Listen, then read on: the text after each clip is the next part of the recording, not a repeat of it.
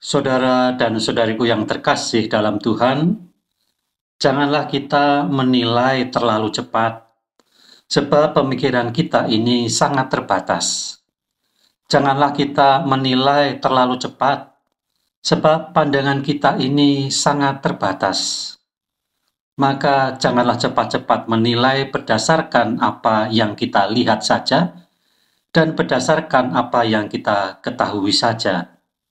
Kita memerlukan permenungan yang dalam, panjang, dan penuh kebijaksanaan untuk menilai sesuatu.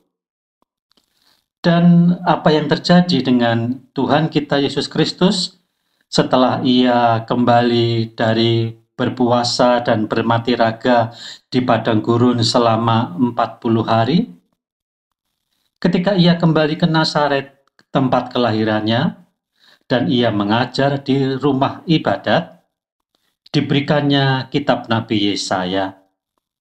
Dan dalam kitab Nabi Yesaya itu Ia temukan sebuah nas tentang roh yang diberikan kepada orang yang terpilih, nabi yang terpilih, bahwa rohlah yang akan menggerakkan nabi itu, orang terpilih itu, untuk mencelikkan mata orang buta, membebaskan para tawanan, menghibur yang berduka.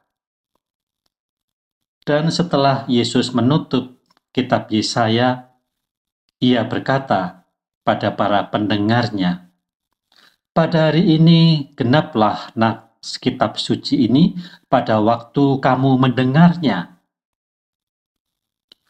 Mereka yang mendengar Yesus heran atas kata indah yang diucapkannya.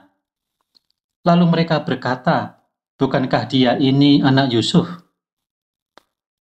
Rupanya mereka menjadi kecewa melihat pribadi Yesus yang tak lain adalah saudara mereka sendiri yang diketahui asal-usulnya.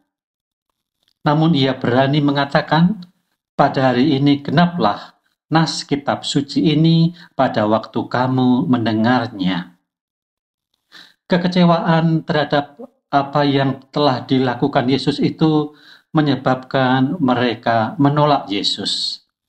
Dan akibatnya, ketika terjadi penolakan, Yesus tidak membuat mukjizat apapun di tempat kelahirannya. Bahkan untuk menegaskan hal itu, Ia berkata, "Aku berkata kepadamu, sungguh tidak ada nabi yang dihargai di tempat asalnya." Saudara-saudaraku yang terkasih di dalam Tuhan, banyak kesempatan yang dapat kita lakukan untuk menerima banyak rahmat dari orang-orang yang dekat dengan kita. Banyak kesempatan kita untuk menerima banyak rezeki yang berasal dari orang-orang sekitar kita. Namun kita sering memandang remeh orang-orang di sekitar kita yang kita ketahui asal-usulnya. Namun kadang-kadang kita tidak memperhatikan sungguh-sungguh nasihat ataupun anjuran orang-orang di sekitar kita. Bahkan ada kecenderungan bahwa hanya orang-orang besar saja yang didengar pendapatnya, walaupun pendapatnya itu sama dengan pendapat orang-orang lain yang mungkin tidak bergelar, mungkin tidak memiliki jabatan yang penting.